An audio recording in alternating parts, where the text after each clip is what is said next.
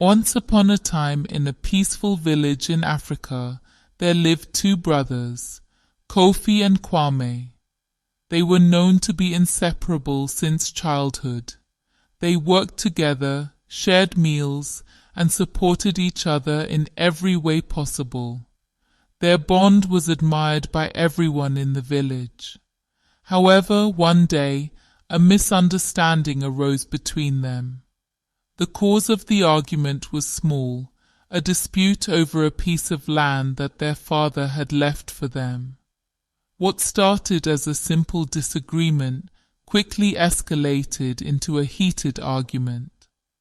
Harsh words were exchanged, and their tempers flared.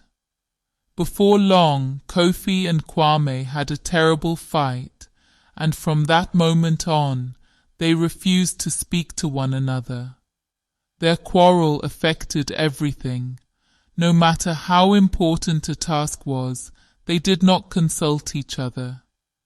When the village elders tried to mediate, the brothers rejected their advice, each too proud to make the first move toward reconciliation. Kofi would not set foot in Kwame's house, and Kwame refused to visit Kofi. Even during village ceremonies, they stood on opposite sides, pretending the other did not exist. As time passed, their division grew. Both brothers went as far as refusing to share food or water with each other. If Kofi needed help in his fields, he would rather struggle than ask Kwame for assistance.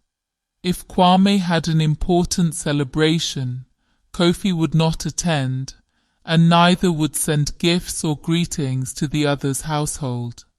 The village elders, realizing the extent of the rift, decided to intervene in a different way. One day, an old wise woman from the village, known for her wisdom and stories, called the two brothers together. She told them a story about two trees in the forest that grew very close to each other. At first their roots intertwined, and they supported each other, sharing sunlight and water. But one day they began to compete, each trying to block the other's light. Over time both trees weakened, and eventually a strong wind came and knocked them down, as neither was strong enough to stand alone.